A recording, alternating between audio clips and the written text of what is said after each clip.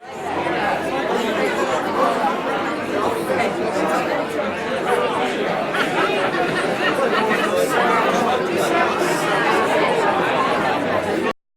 Akitu Festival Part 2. Mother Chubur, the creator of all, provided irresistible weapons.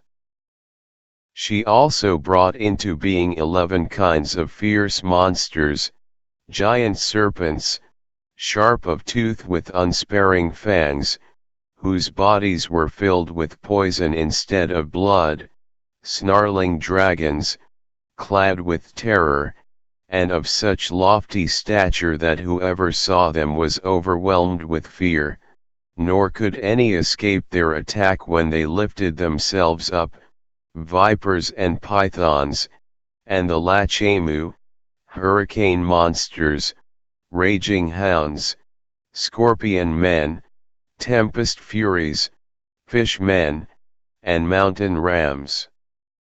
These she armed with fierce weapons, and they had no fear of war.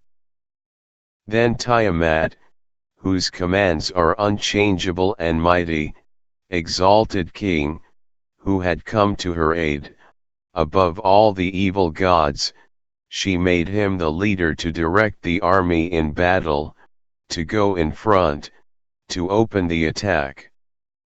Robing king in splendor, she seated him on high and spoke, saying, I have established your command over all the gods. You shall rule over them. Be mighty, you my chosen husband, and let your name be exalted over all the spirits of heaven and spirits of earth. Unto King did Tiamat deliver the tablets of fate, she laid them in his bosom, and said, Your commands cannot be changed, your words shall remain firm. Thus was King exalted, he was vested with the divine power of Anu to decree the fate of the gods, saying, Let your mouth open to thwart the fire god, be mighty in battle nor brook resistance. Then had Ea knowledge of Tiamat's doings, how she had gathered her forces together, and how she had prepared to work evil against the high gods with purpose to avenge Apsu. The wise god was stricken with grief, and he moaned for many days. Thereafter he went and stood before his father, Anshar, and spake, saying, Our mother, Tiamat, has turned against us in her anger. She has gathered the gods about her, and those you did create are with her also.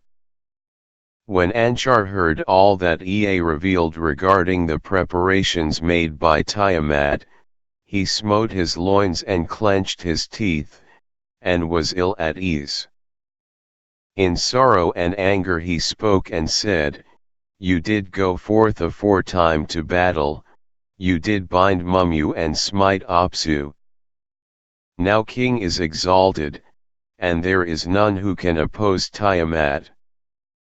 Anshar called his son, Anu, before him, and spoke, saying, O mighty one without fear, whose attack is irresistible, go now before Tiamat and speak so that her anger may subside and her heart be made merciful.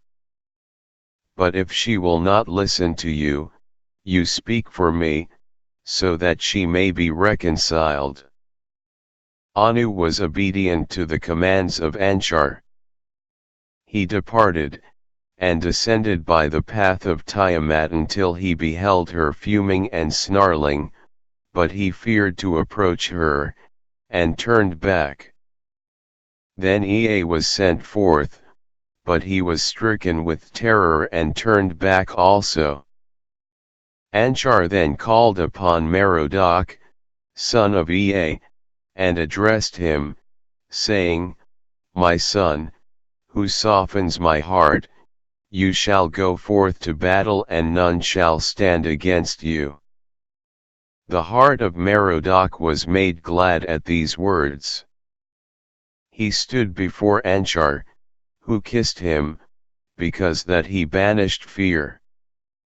Merodach spake, saying, O Lord of the gods, withdraw not your words, let me go forth to do as is your desire. What man has challenged you to battle? Anshar made answer and said, No man has challenged me. It is Tiamat, the woman, who has resolved to wage war against us. But fear not and make merry, for you shall bruise the head of Tiamat. O wise God, you shall overcome her with your pure incantation. Tarry not but hasten forth, she cannot wound you, you shall come back again. The words of Anshar delighted the heart of Merodach, who spake, saying, O Lord of the gods, O fate of the high gods, if I, the avenger, am to subdue Tiamat and save all, then proclaim my greatness among the gods. Let all the high gods gather together joyfully in Upshakinaku, the council hall, so that my words like yours may remain unchanged, and what I do may never be altered. Instead of you I will decree the fates of the gods. Then Anshar called to his counselor, Gaga, and addressing him, said, O you who do share my desires, you who do understand the purpose of my heart, go to Lachmu and Lachamu and summon all the high gods to come before me to eat bread and drink wine. Repeat to them all I tell you of Tiamat's preparations for war, of my commands to Anu and Ea, who turned back, fearing the dragon, of my choice of Merodach to be our avenger, and his desire to be equipped with my power to decree fate, so that he may be made strong to combat against our enemy. As Anshar commanded, so did Gaga do. He went to Lachmu and Lachamu and prostrated himself humbly before them. Then he rose and delivered the message of Anshar, their son, adding, Hasten and speedily decide for Merodach your fate. Permit him to depart to meet your powerful foe. When Lachmu and Lachamu heard all that Gaga revealed to them, they uttered lamentations, while the Agigi sorrowed bitterly, and said, What change has happened that Tiamat has become hostile to her own offspring? We cannot understand her deeds. All the high gods then arose and went to Anshar. They filled his council chamber and kissed one another. Then they sat down to eat bread and drink sesame wine. And when they were made drunk and were merry and at their ease, they decreed the fate for Merodach. In the chamber of Anshar they honored the avenger.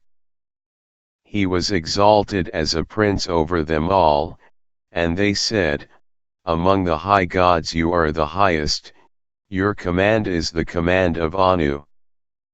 Henceforth you will have power to raise up and to cast down. None of the gods will dispute your authority. O Merodach, our avenger, we give you sovereignty over the entire universe. Your weapon will ever be irresistible. Smite down the gods who have raised revolt, but spare the lives of those who repose their trust in you. Then the gods laid down a garment before Merodach, saying, Open your mouth and speak words of command, so that the garment may be destroyed. Speak again and it will be brought back. Merodach spake with his mouth and the garment vanished. He spake again and the garment was reproduced.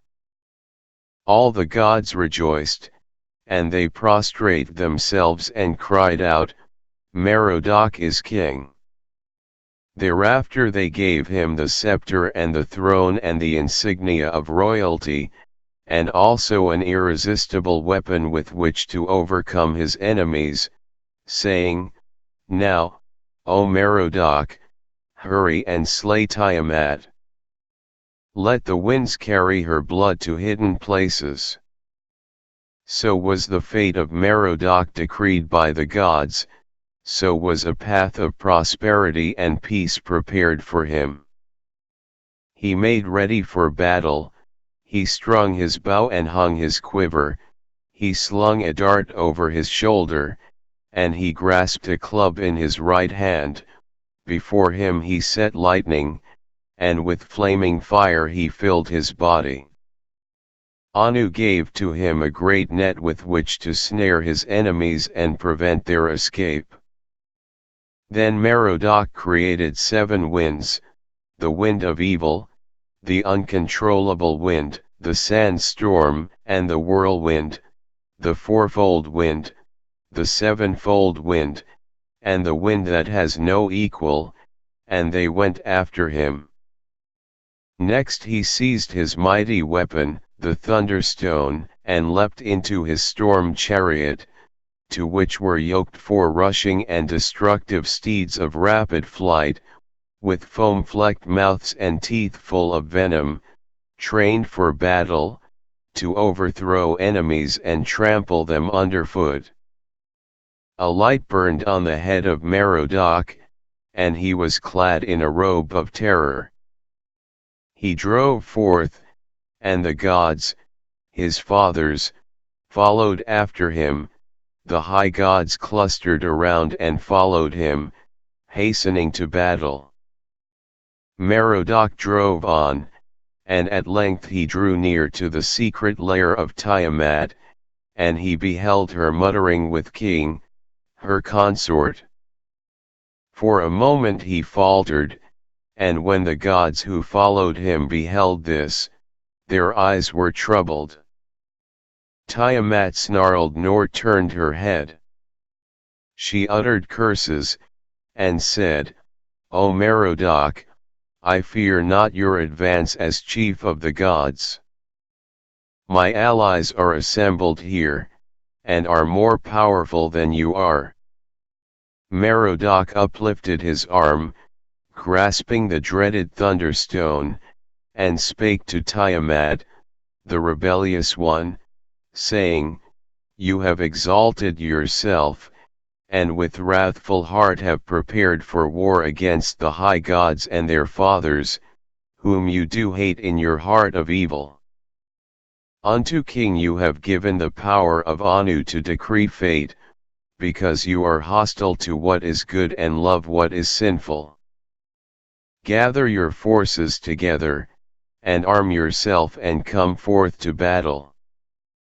When Tiamat heard these mighty words she raved and cried aloud like one who is possessed, all her limbs shook, and she muttered a spell. The gods seized their weapons.